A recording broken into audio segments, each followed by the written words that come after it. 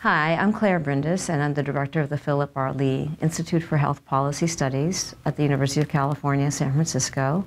And I'm thrilled that Dr. Drew Altman is joining us today for a conversation on health policy topics. Dr. Altman is the founder director of the Kaiser Family Foundation, as well as the Kaiser Health News, which were established 10 years ago.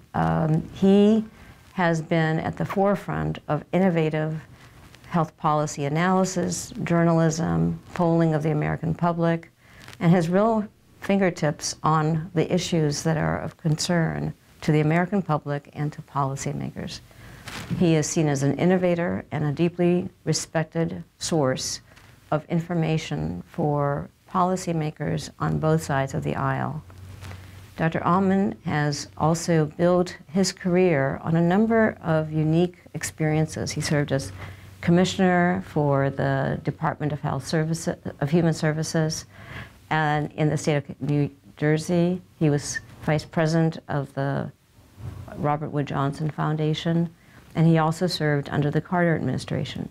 Dr. Altman brings a tremendous amount of theoretical strength to his analysis, as he earned a PhD in political science at MIT and also conducted postdoctoral work at Harvard. He's also a member of the Institute of Medicine.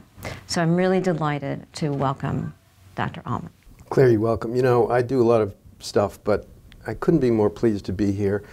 You may not know this, but Phil Lee was an early member of my board when we built our organization. So I have secret special ties to you that you don't know about. And we've just recently moved our headquarters to San Francisco, and so now we're neighbors and we're developing. We're thrilled that you're in the neighborhood. That's right. And we look forward to a lot of collaborative relationships. These new relationships. So we're just getting started. Exactly. Kaiser Family Foundation and yourself and Kaiser Health News was very actively involved in analyzing trends around the 2018 election, before and after. So I'm wondering if you could share a little bit of the insights you got from this last election and the role that health played in that election. So we saw something in this election that I know it feels to everybody, I'm sure it feels to everybody like our issue is always such a big deal because we work on it and it's such a hot issue all the time. Has been even back when we started our organization in the early 90s with the Clinton health reform. But actually we saw something in this election we had never seen before. Health was the #1 issue in the election. We've actually never seen that before. So that's a big deal. It happened because of the debate about repeal and replace, and the American people, and particularly Democrats, developed a sense that they actually had something to lose. And so they became more passionate about health and more concerned about health. And the issue that came to galvanize public opinion and voters in particular, as everyone I think noticed, was the issue of pre-existing conditions. Because so many Americans have someone in their family who may be sick, became worried about what might happen to protections for people with pre-existing conditions. So that was the galvanizing issue. There's one big caveat to all of this, and that is that the top issue isn't necessarily the driving factor in an election. We know this from research, but it's also just common sense. So when we ask people not what was the top issue, but what was the driving factor in your vote, it usually isn't an issue. In this case, healthcare is an issue. It's the candidate themselves and how I feel about the candidate. In this election, it was President Trump. This was obviously, to a substantial degree, a referendum on how people feel about President Trump and its party. People vote their party. So a useful rule to keep in mind, this takes me all the way back to my days as a political scientist, is top issue does not equal top factor when it comes to people actually voting, even though our issue was, for the first time ever, the top issue in this election. Wow. So now that we have this diverse composition of our House of Representatives, we have Nancy Pelosi back in power, how are these factors, do you think, going to impact the next several years as it relates to health or other social aspects of well, health? first of all, I think the election of so many more women and a more diverse Congress and more diverse House is a very big deal. And none of us can predict exactly what that means, But it has to mean something for health. I mean, I would venture to say that more women and a more diverse Congress and House will mean more attention to healthcare issues, more attention to reproductive health issues. There are new leaders of committees who are very focused on those issues. So just that itself will mean something. Not all of the newly elected women are progressive, some are moderates, and we will see that broader issue play out in a big way in the House, which Nancy Pelosi now leads. And so we'll see this drama play out on the Democratic side between the progressives and the moderates, and caught up in that will be the dance around Medicare for all and single payer, how much emphasis to place on that, how much emphasis to place on strengthening and building on the ACA, how much to go big, or rather whether to go small and just build on the Affordable Care Act. So all this will play out now in the 2020 campaign in the House, but also with the Democratic candidates for president, who will not be controlled by anyone, that they will scatter and take all kinds of positions on all these issues. So the thing to think about now is, and the thing to watch, is what policy positions, what legislative proposals stick as we move towards 2020, because that will then, not much is going to happen in a divided Congress now, but that will then frame what the agenda is, depending on who is elected after 2020. Right. So you mentioned single payer, and there's been a lot of conversation about Medicare for all, and there's been a lot of movement here in our state of California around this issue.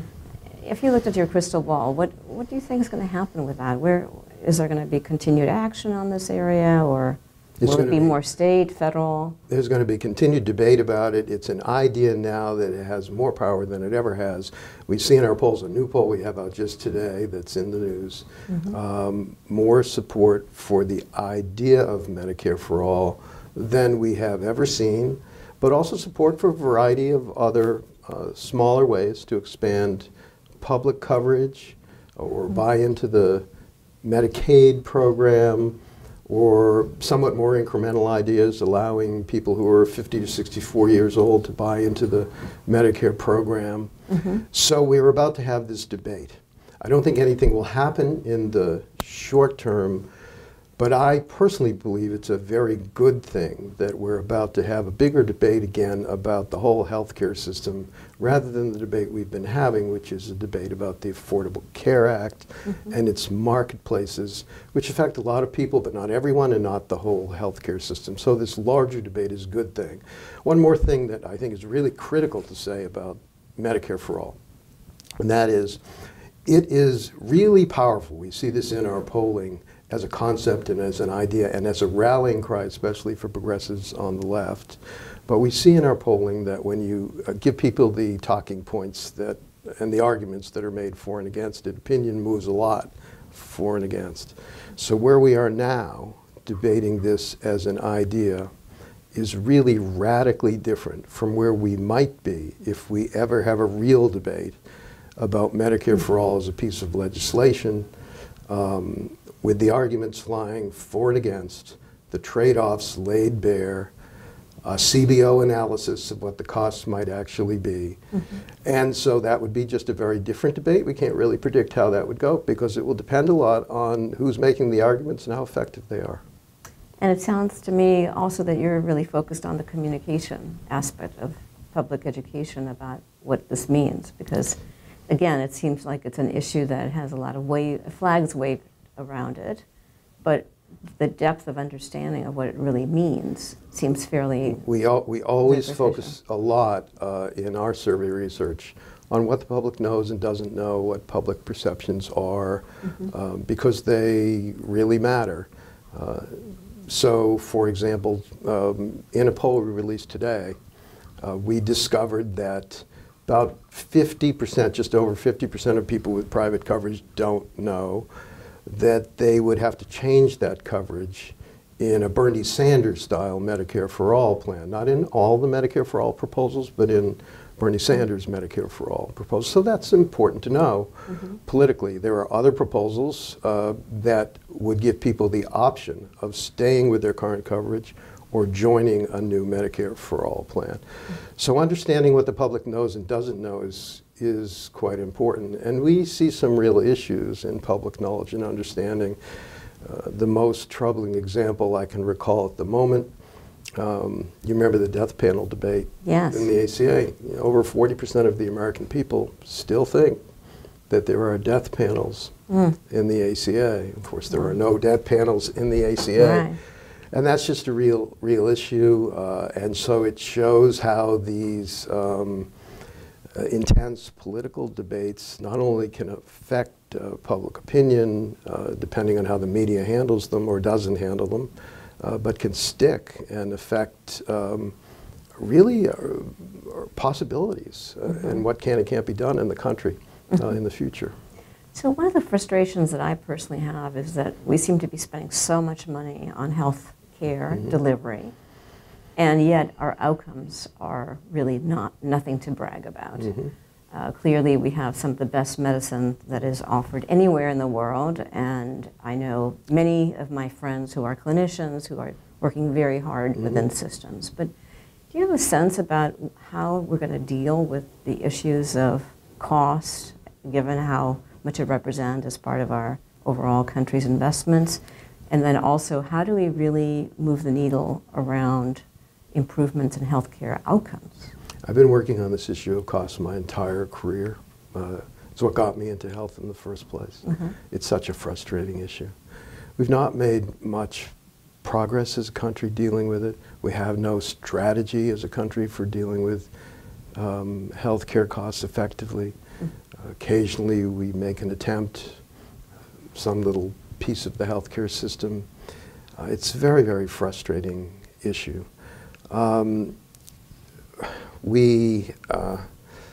So I don't have a great answer for you. If it was easy, it would have been solved. If it was easy, it would have been solved, and if we were prepared to make the hard decisions that we need to make as a country to deal with it, you know, we might have dealt with it in the past. There is a fundamental difference, I think, between our country and all the others, even though all those others are different, in that they have a way to control the total resources that go into the system. Those ways differ. You know, Great Britain is really different from Canada, which is different from Switzerland. But they have a way to control the resources or what is spent. And then they leave their health professionals and healthcare institutions relatively free to function as professionals in the system, as compared with us. We are just the opposite. We have a fragmented system, no way to control what we spend in our fragmented system, and we micromanage everything to death. Sometimes that micromanagement comes from government, sometimes it comes from the private sector or an insurance company, and that has not been a recipe for controlling healthcare costs. We also have many health cost problems, not one health cost problem. There is the problem you alluded to. We're not getting adequate value for our healthcare dollar, and our outcomes are not what they should be. We have the problem that employers are most concerned about, their premium increases.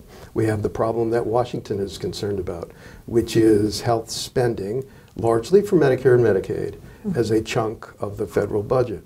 And then we have the problem I'm most concerned about, which is the struggles that consumers, people, are having today with their health care bills because of their deductibles and their drug costs and their surprise medical bills and their premiums at a time when their wage growth has been relatively flat, which are rippling through their family budgets and have all kinds of consequences for real people, the pocketbook issues and the consumer issues for people, which we aren't even talking about much. And those problems are the worst for people who are sick. So today, just to throw out one number, people who are sick, who might have cancer or heart disease or diabetes or whatever illness you choose, more than 50% of those people with an illness, are having a serious problem today paying their medical bills. Makes it harder for them to pay the rent or the mortgage or to buy food or to pay for their cost to get to work. And that, I think, has become almost a crisis that we don't even talk about very much in our country. So it isn't one cost problem to me, it's many cost problems. Mm-hmm. One of the major ones that has been touted in the recent months has been, and once again, because this has been a topic area that's been discussed a long time, which is really around drug costs, mm-hmm. and whether Medicare should be negotiating better prices. Mm-hmm. And I recently saw, Americans going to Canada so that they can get cheaper drugs. And the concerns are not just about the big, costly new drugs and new drug development, but even how it's affecting a drug like insulin, which is so commonly used in our country. Do you have some insights about how this drug debate is going to roll out? It's good that everyone's talking about it. That's a first step. Yeah. I don't know how much I could say beyond that. It's also good that on this issue, because people are so concerned about it, because everyone's talking about it, there is at least some bipartisan movement. Mm-hmm. So, for example, we see legislation co-authored by Senator Grassley, a prominent Republican, Senator Klobuchar, a prominent Democrat who might run for president. That's different, makes this a little different. Will anything actually happen? The drug companies set a record for money spent lobbying last year when not very much was even happening that was threatening to them. The Congress is paralyzed, and there are the prospects of things becoming pretty toxic with oversight and whatever happens with the Mueller report. So it's very hard to predict that there'll be movement or legislation in this area in the next year. But there are those who are somewhat optimistic that something could happen just in this one area in healthcare, drugs, and it wouldn't be sweeping, but it might be something. Some things that Phil Lee would always talk about, which was incremental health policy changes rather than dramatic revolutionaries. And these days it would be significant if anything bipartisan could be achieved in health, since it's so difficult for the Congress to do anything in health right now, given that our issue has become almost the poster child of partisan division in the country. One consequence of that is a lot of the action that we're seeing is in the states in health, but we're seeing the blue states and the red states move in very, very different directions. But there are some really interesting and I would say promising developments in a number of the states. California, as always, is the leader and has some very ambitious, the new governor, Governor Newsom, has some very ambitious proposals in health. But so does Washington State and New Mexico and the state where I was once in government, New Jersey. So the states really bear watching. And in terms of actions that would actually have tangible impact on people in the short term, probably I would say watch the states, not Washington. So it may bubble up if there's some positive experiences at the state level. Absolutely, and just as things did in health reform originally in Massachusetts, and then, later some of that experience was embodied in the ACA. So we definitely will have a employment service for health services researchers for many years to come. Do we have a vested interest in not solving our problem? I don't think so, but I'm hoping that we can come up with some viable alternative solutions. Me too. Now, the president has been talking some about Medicaid, and there are, real also interest in work requirements as one aspect of it. In looking in the future, do you think that how is Medicaid going to be dealt with in the near future? There is a policy and political debate about Medicaid up here. Down here, where people live, it has silently become an incredibly popular program.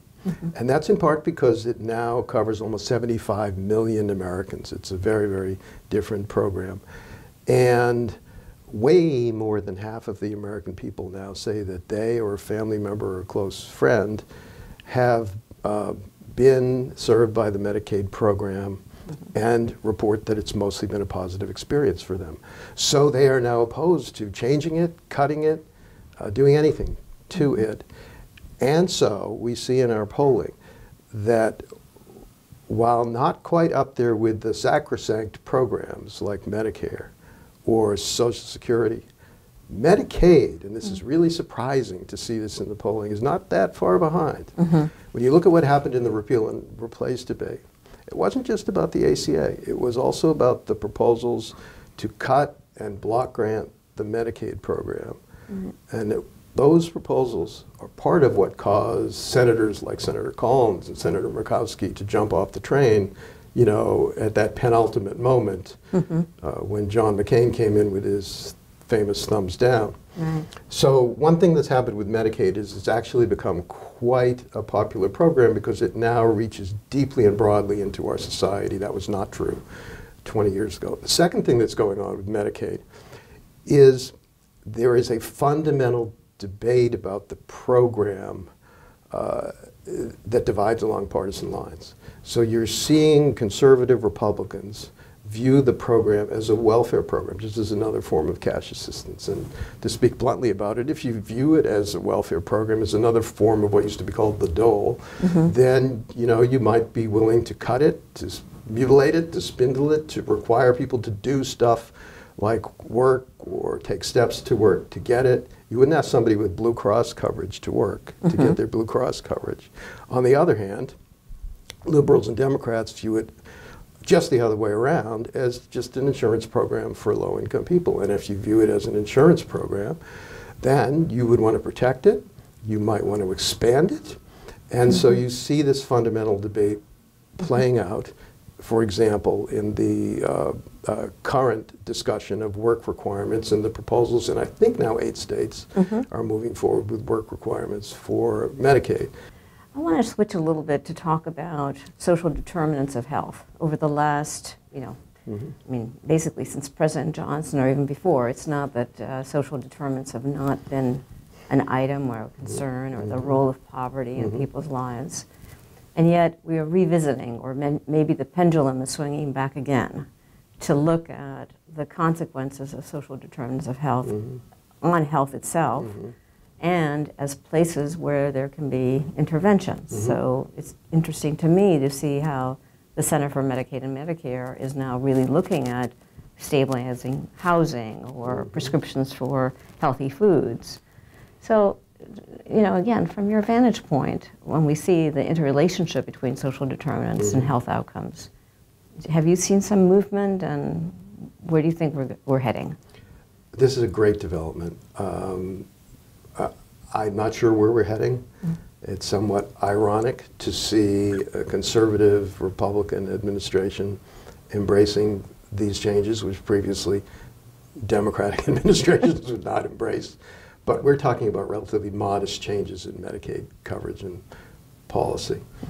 Really what's important is understanding that behind all of these issues we're working on are the issues we work on when we work on programs like Medicaid or CHIP or Title X, are issues of poverty and race.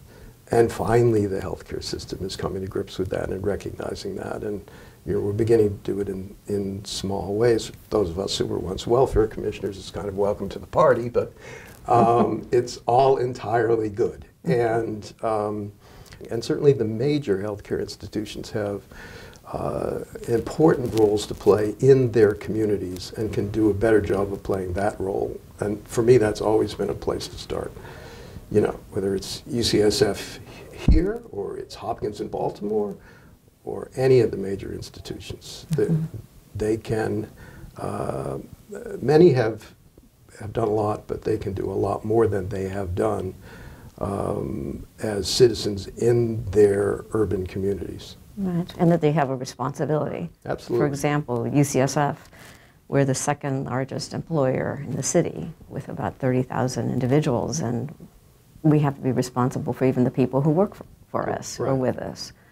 So these problems really are very intersectoral and will require a village of different agencies working in a very different kind of way than we have perhaps in the past. Yeah, and I think there's a new awareness and a new willingness. When I was a Human Services Commissioner, I couldn't get the healthcare institutions to even talk to me about poverty and housing, and most of all, jobs and employment. I think that's changing. It has changed.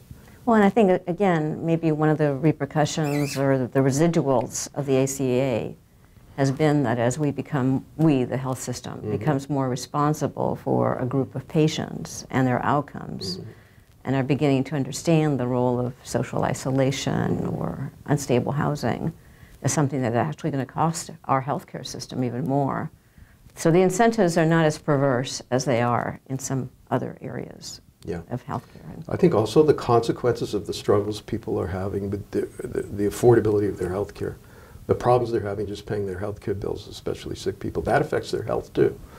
You know, when you can't pay the rent and you can't pay the mortgage and you're borrowing money and you're taking a second job or you're taking a third job, and it's because of your healthcare costs, that turns around again and affects your mental health, your health, the health of your family. So we're seeing that as well. So I really have loved this opportunity to speak with you, and I have one more question that I'd like to ask you, which is, this is sort of an open question about you sharing with us what's like the most important concern on your mind. You've spoken already about the runaway costs and the impact on many, many individuals. Are there any other aspects that are very much on your mind? A couple. I'm deeply concerned about all of us focusing more on how people's healthcare costs are affecting their lives. I think as a field we've been more focused on access and not focused enough. And now, you know, we're at 90% coverage of the population and not focused enough on how people's out-of-pocket costs are affecting their lives, and we should focus more on these pocketbook issues, not only access to care, which many of us have devoted our careers to. And second, I think we all have to focus in this environment harder on making sure that facts and evidence and really the truth, you know, matters as much as it can matter in an environment where it is difficult to make it matter. So we are an organization which, you know, we tried to set ourselves up to be an independent source of information, trying to be a voice for people through information, whether it is under one roof, the policy analysis or the polling or the journalism. And it is a struggle, but we think it's critically important. And I think that's an enterprise we're all involved in. But I think it's really a critical time for that.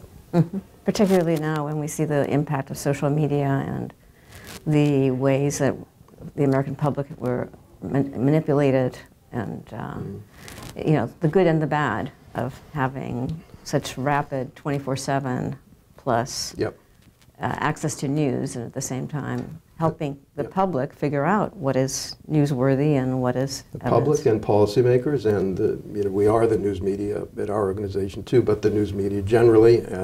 But I don't think we should despair. I actually think the ACA debate would not have gone the way it went without good analysis and facts.